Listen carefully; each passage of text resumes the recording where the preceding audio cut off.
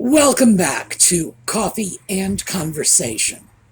And I am filming this late in the day, as you can probably tell from the rather odd lighting. I tend to rely a lot on daylight for my videos, and at this time of day, there's very little of it. Interestingly enough, this is not about it being a very hot day, because it wasn't, not compared to what we've had recently. But one of my neighbors seems to have been having a cookout, and all afternoon, the neighborhood just smelled like somebody's house was burning down. And I decided I would wait until the smell sort of dissipated out of the neighborhood. It's not quite there yet, but a little bit. So at least it's more tolerable, because I do have a difficult time with the smell of burning buildings. It's not just me. I think that's one of those inbred fears. Oh, it smells like something's burning. That harkens back to our distant forebears who said, oh, it smells like something's burning. We could die. This is bad. And certainly that's my general reaction to it. Audie is circling my feet now. When I started this video just a few seconds ago, he was on his cat tree. I was really pleased by that, because he's been shunning the cat tree. He's pretty much rejected it. He wants his dingy, grubby old cat tree back. Sorry, the trash man took that a long time ago. And now he got onto the cat tree. I was so pleased. The new cat tree, I thought he would like this better. I got one with a larger resting spot at the top of the cat tree. And I line that up with the level of the window. And I actually go in and check measurements to make sure it's right at windowsill height, because that's what he likes. But apparently it's too big, because whenever he's gone on there, he only sits in one half of that little sleeping spot, and the other half is completely empty. So either he's hinting that he would like a little cat friend to share it with him, which I doubt, because he does not like other cats, or he's still passively resisting the new cat tree, sulking and making sure I know about it. But he has come out here now. He's wandering around somewhere, so he will probably make an appearance, which is good news for the Audie fans, bad news for me, because I have a feeling he's going to catch me by surprise. All right, when we come back, we are going to talk about stuff that has been plaguing me lately.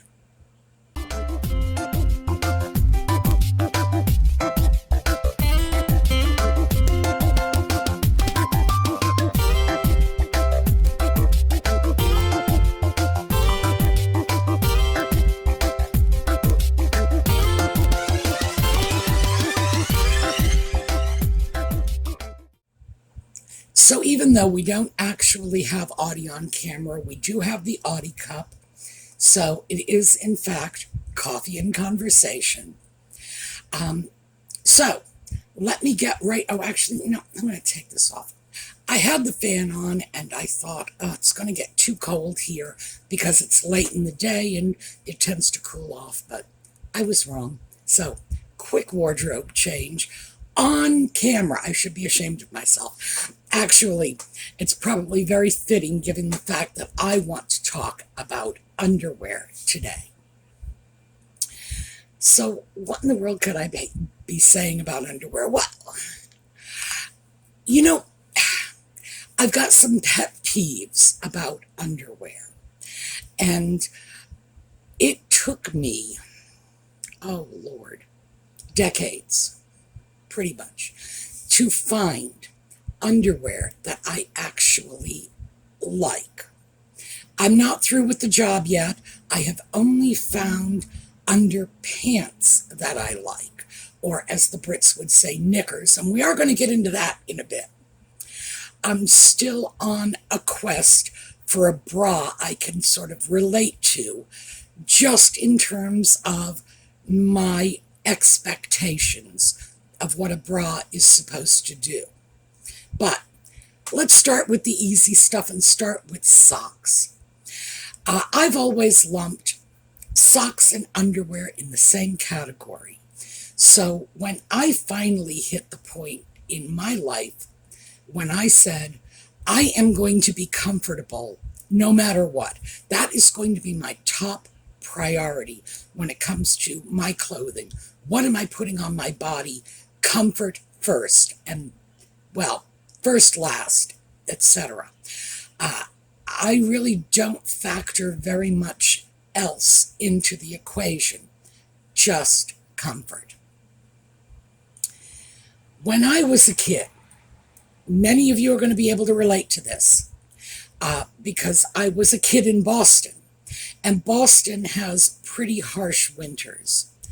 I would end up going to school, walking to school. It wasn't like 10 miles uphill both ways. That was my grandmother's story, not mine. I would go to school in dresses. At that time, because we're talking early 60s, they came down to about my knee, give or take, usually with ankle socks, in Boston in January. And it was cold.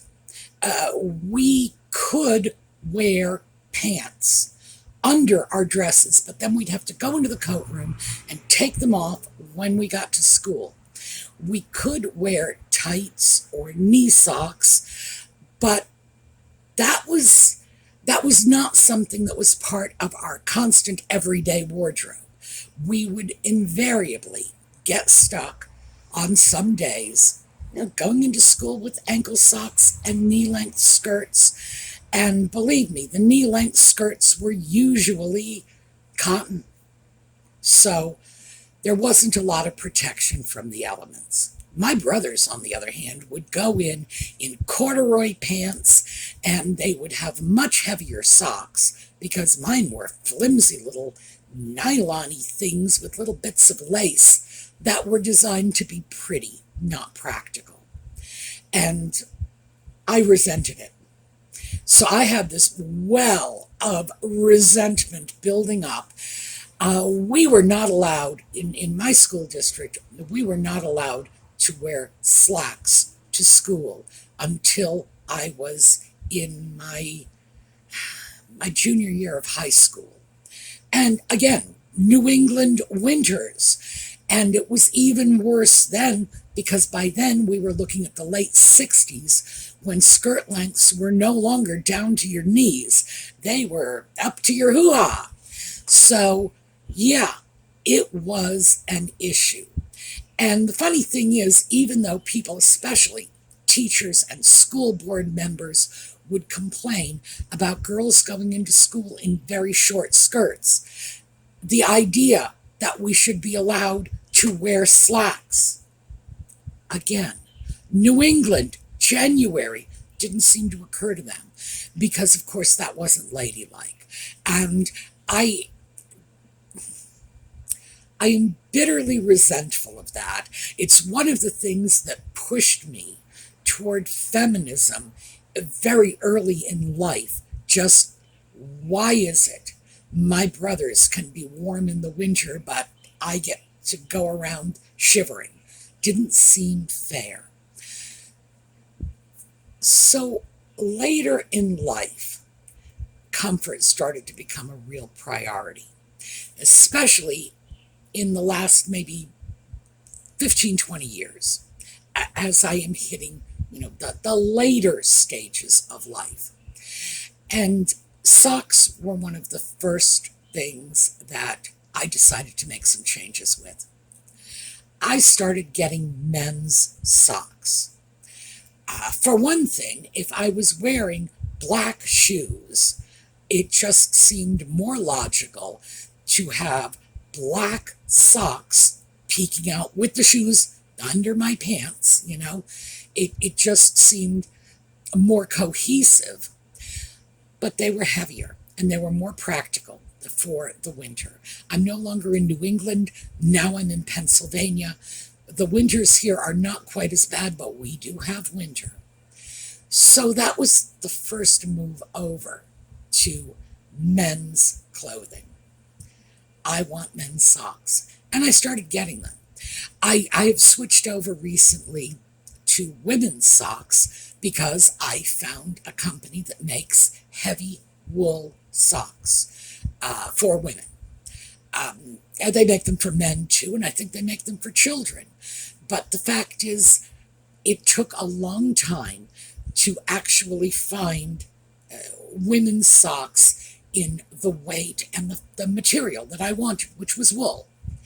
So, yeah, socks, that was kind of an easy fix on one hand. So, the thing about it that made it an easy fix was I was able to find what I wanted.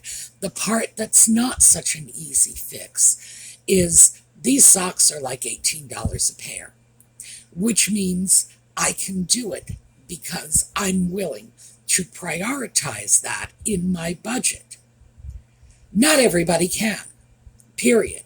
And I am aware of that. I am very privileged to be able to do this, to say, I will spend a ghastly fortune on a pair of socks. Because I could go to Walmart, I could get something else, even in the men's department, for like $1 a pair.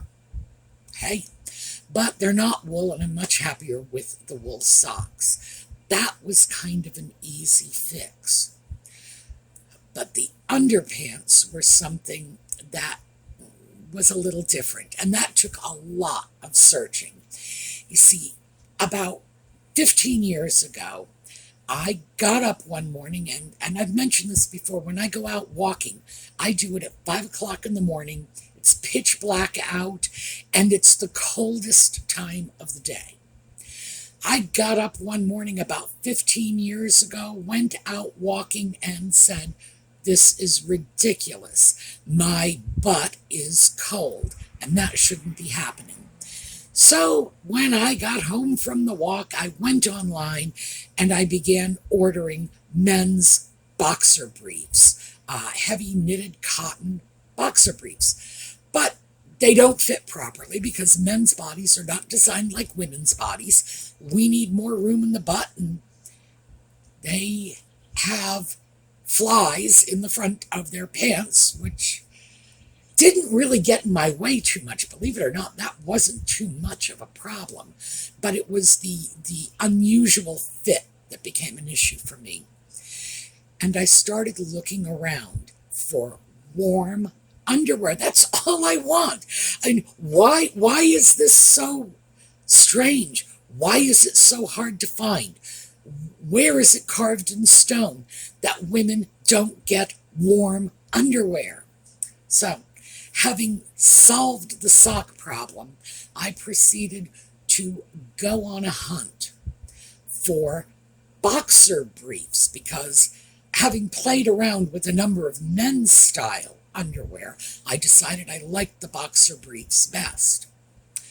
I did eventually find a company that makes boxer briefs. Sadly, of course, it's the same thing. These are like $18 a pair too. So it is expensive. And I'm sort of disturbed that there is a whole segment of the buying public that is cut off from access to this simply because of the cost. And let's face it, $18 a pair for underwear for most of us is a bit of an extravagance. Now, I know a lot of people, especially younger women who are out on the dating circuit. I have to say this carefully. The reason I have to say this carefully is this was not done in my era.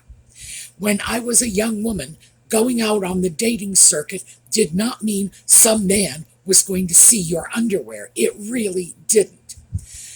But in the case of young women out dating, it does mean some man is going to see their skivvies. And I understand why they might put as much of their wardrobe dollar into the underpants as they would put into, the dress or the top or the jacket, whatever. I get it, because in their case, it really is going to become public. And like I say, it's just, I don't want to sound judgmental, and I hate when I sound like somebody's grandma saying this, but it's a social dynamic that was not present when it was present. I mean, it's always been present. This has always been done. But when I was a young woman, if you were the one doing it, you ended up with a reputation you might not be comfortable with. So there you go. But, good for them if they can do it. And yeah, maybe it's worth it to them to spend a great deal of money on some lacy little thing, the first date panties.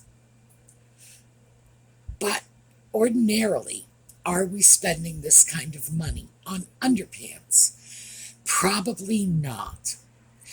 So let me just show you. This is not like actually, this is, in fact, I have pants just like this. These are just not mine. This is from the manufacturer. So I found these from a company called Culprit, and I find them okay. They have solved my problem. These are warm underwear that cover enough of me so that if I go out at 5 o'clock in the morning for a walk, and it's cold out, I don't feel like my butt's freezing off. So I was sort of happy with this.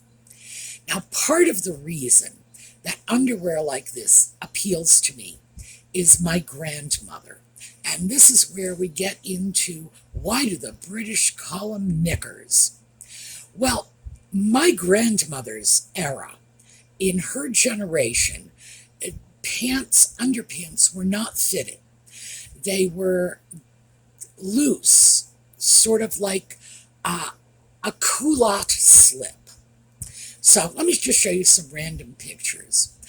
And here in these pictures, the underwear on the left is very typical for what my grandmother used to buy for me in the 60s. I found it immensely practical, especially in the late 60s when skirts were short and I would want a slip, but slips were falling out of fashion. It was getting harder and harder to buy slips in those days, especially full slips. And with very short skirts, slips themselves became pretty dicey propositions. So these little loose, frilly panties were a good compromise. It was somewhere between underpants and a slip. Now, in my grandmother's day, the pants in the middle and on the right were more common. The ones in the middle are more fitted. The ones in the right are looser. Yeah, that was just what they had. And these, in fact, were called petty pants. I think they still are. And that was something I got used to in the 60s when I was wearing dresses, simply because the skirts were so short. The slips, boy, if you could get them, and given how short the skirts were, it was a miracle if it wouldn't be showing down the bottom. And it was just all over a good pair of undies to be wearing under a short dress. Fantastic. The problem is they were completely unsuitable for wearing under a pair of jeans or a pair of slacks that wasn't very loose cut. But when you look at those petty pants, you can clearly see why the Brits call them knickers, because back in the day, my grandmother's day, this is basically what they looked like. Yeah. So they found a word, they stuck with it, good for them. I find it preferable to underpants, which I tend to think of as something you put on small children, or panties, which in my mind sort of suggests those little frilly nylon bikini things that, the people on the dating circuit are wearing. I'm starting to find that knickers is something that just seems a little more descriptive to me and a little more sort of emotionally comfortable. But this is how I got into that whole concept of I want the pants to come down a little beyond my butt. I wouldn't mind if they cover the upper area of my thighs as well. These areas that, we get into this whole thing, and these are sort of personal spaces on my body, and I would like them to be warm in the winter. Here's the interesting thing. I've also found that these boxer briefs that I'm getting from Culprit now are comfortable in the summer too, because they are made of modal. I haven't been able to work out the exact fabric content of these knickers, but it does seem to be modal, which is a type of rayon. And rayon breathes, and it's basically plant material. So I can live with it. The problem with going over to the knickers, the petty pants that I got used to when I was a young person in the 60s is I don't wear dresses anymore. I really don't. I wear slacks now, and as a consequence, something that's going to just bunch up, and it's not going to work for me. So that is what I have done to resolve my, it's so unfair that, my butt's freezing and my brothers are perfectly comfortable. So that's now leaving me with the issue of finding the perfect bra. I'm okay. I'm perfectly okay with the socks. I'm going to stick with those. The Culprit undies, it's there for now. I may find something better. I may find something I like more. Maybe I will find another company making the same kind of product, or maybe I will just decide what I need to do is haul out the sewing machine and start making my own. Haven't decided that yet. They are okay for the moment. But bras, not even close. Bras, again, this is something that as I get older, I think back to my younger days a little more. And I've come to realize that I have to sort of change my perspective on what a bra is and what it's supposed to do. Because when I was young, when I was very young, of course, there was all those bullet bras. We all remember this. It was Elizabeth Taylor, it was Jane Mansfield, it was Marilyn Monroe, and those pointy tatas. One of the Austin Powers movies made fun of that, and I totally get it. The tatas looked like lethal weapons in those bras, so yes, of course somebody was going to make fun of it sooner or later. When I look at that, that was the look of bras when I was young, when I was a child. However, when I got older, bra-wearing age, which would have been mid to late 60s, around that point, bras still had a lot more shape to them than they do today. So I decided to see if I could figure out what's going on. So I dug out a couple of pictures.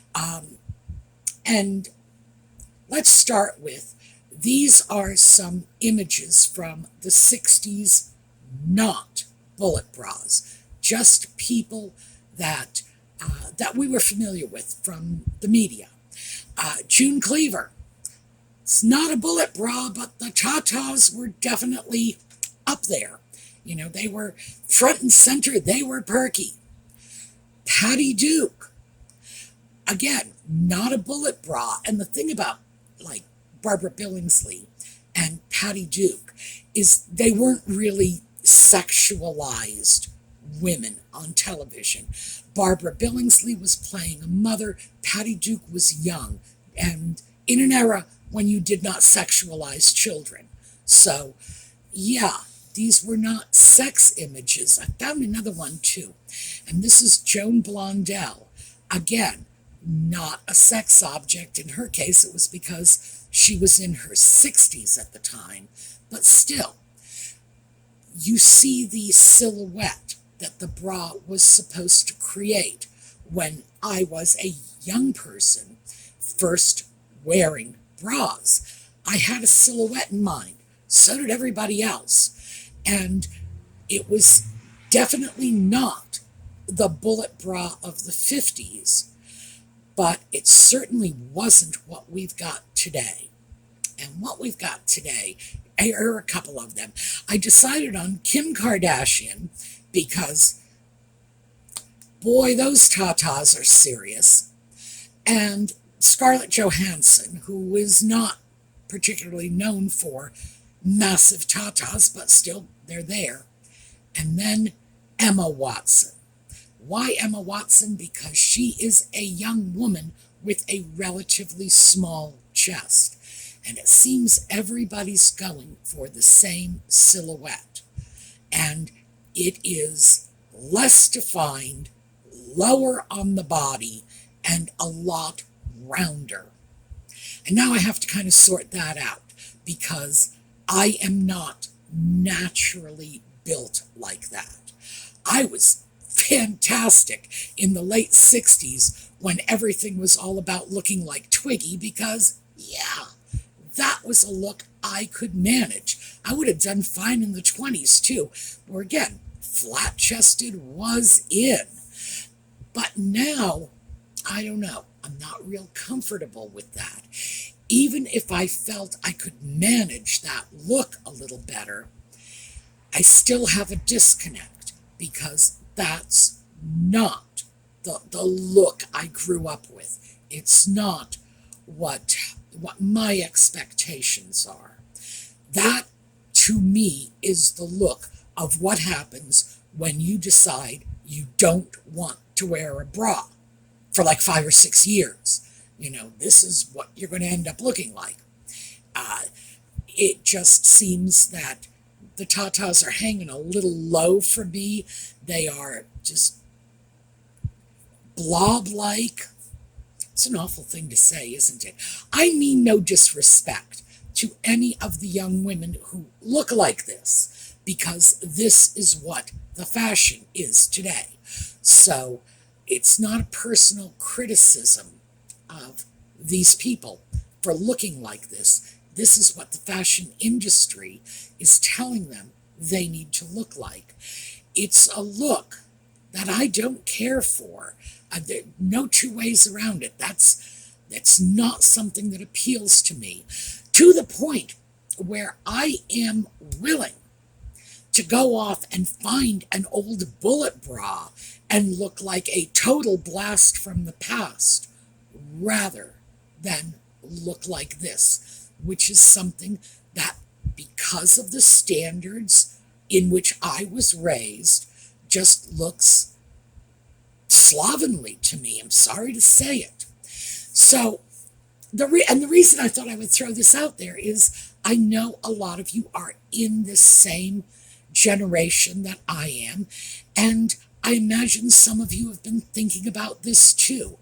How do we deal with this? How do we navigate changing our underwear without changing our look, without changing our silhouette? Here, let me show you this. See this? I got a sports bra, of all things. By the way, that is what I am reduced to these days, is sports bras. because I don't care for, I've never worn padded bras, and I've never worn underwire bras. Don't like them. These days, you don't want pads, you don't want underwire, it's sports bras. This came out of a sports bra, but look at it. This is the shape I am supposed to be acquiring with the bra. Very alien to me. That is absolutely not what my expectation is. So I'm still navigating this.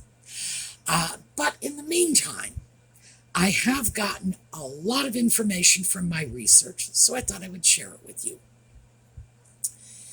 1, they recommend that you check your bra size every year.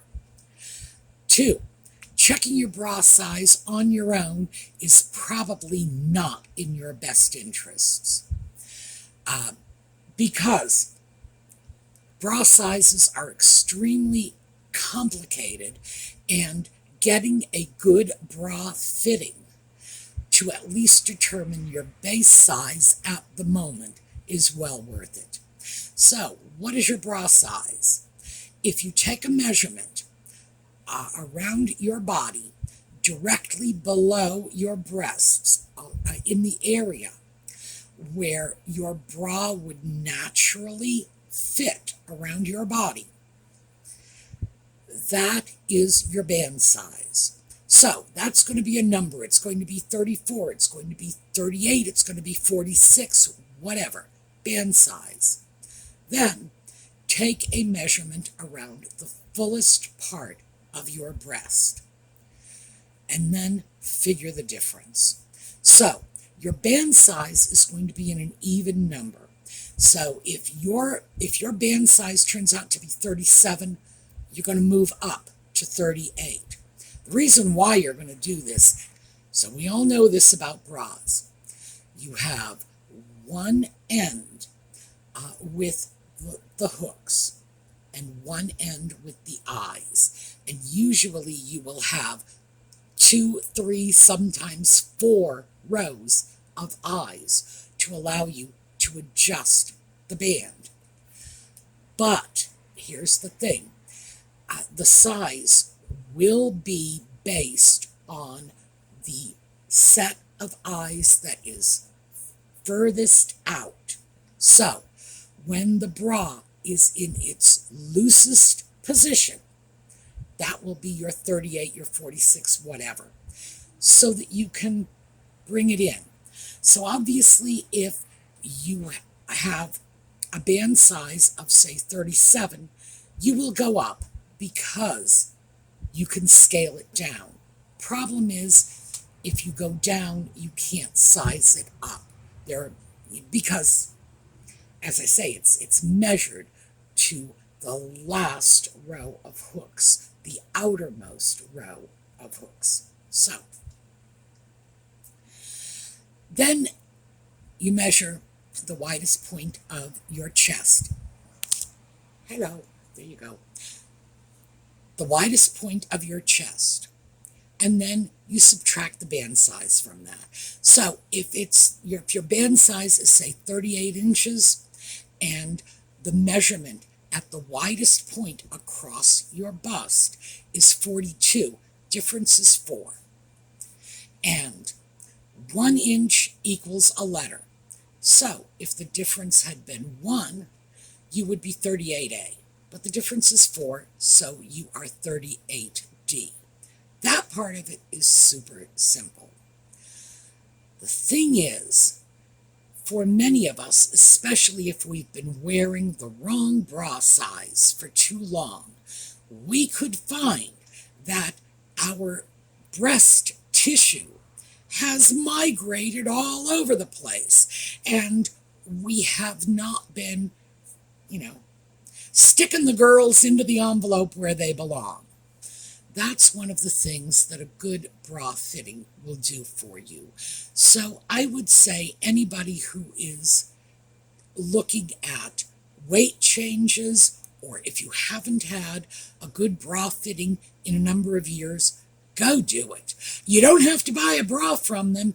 Just go into one of the better department stores, and they will usually have staff trained to do this. And like I say, you don't have to buy a bra from them. And if you feel really guilty that they've wasted their time, you can buy a bra and then go back in and return it for your money back the following week. It's like there are always things you can do to make yourself feel okay about this. But that would be the number one thing. The bra manufacturing industry estimates that most of us are really not in the correct bra size. And I have no trouble understanding this, no trouble at all. Because when I was a kid, nobody ever told me what was going on when it came to buying and fitting bras. My mother handed me a bra. It was a bullet bra, just like the kind she had worn all through the 40s and 50s, because that was her generation, and said, here you go. And it barely fit. It didn't fit. Okay, never mind the barely. It really didn't fit. I was wandering around in that thing for months before one of my friends had said, why don't you try this one? And she showed me her bra, and it had like unicorns on it or whatever. And as I said, I was not amply endowed ever in my life. So as a consequence, those little baby training bras, boy, they got me through my entire adolescence. It took a while to figure it out, but I ended up having to figure it out very much on my own.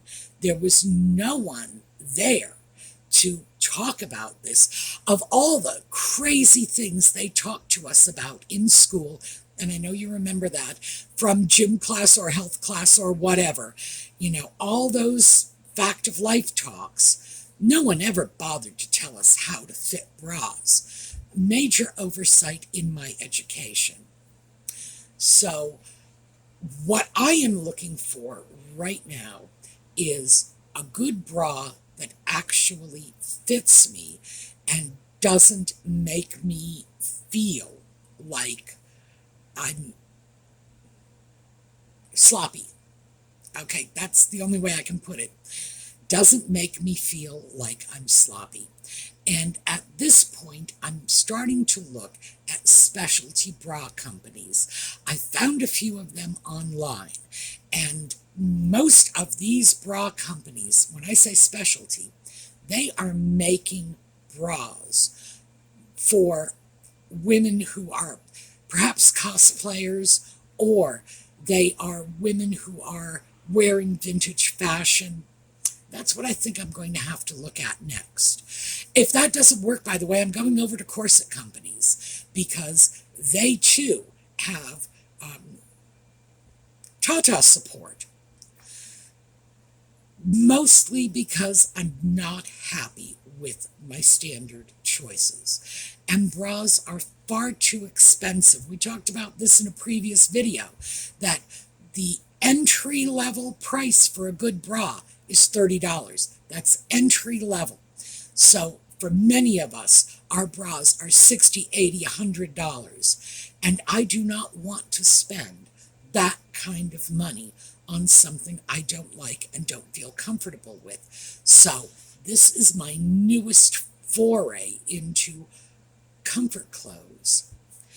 So that's what I have for you today, just sharing my journey, so to speak.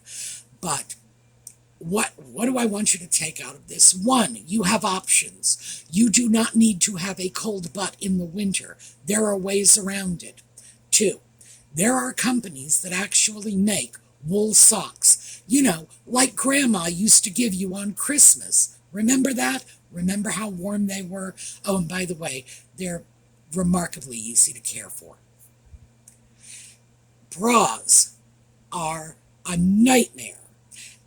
But the takeaway from this is I have a feeling this is a very individual journey. My criteria is probably not going to be yours. But then again, when you remember that even though the bra industry gives us choices based on nothing more than bandwidth, and bosom width. Those are our choices from them. There are so many other factors. For starters, how far apart are the tatas? Some women, they're relatively close together and, they've got all that cleavage thing going. For others, farther apart. These are things that the bra industry just leaves by the wayside. And they wonder why, our breast tissue is migrating out to under our arms somewhere. It's because they're not giving us decent options in our bras. So, yeah, individual journey. I do not know where this one's going to lead me. I've solved part of it, but we'll see where we go on the rest. All right, that is what I have for you today. For those of you who stay with me for Just Chatting, it'll be 8 o'clock this evening. For the rest of you, I will see you next week. Meanwhile, have a terrific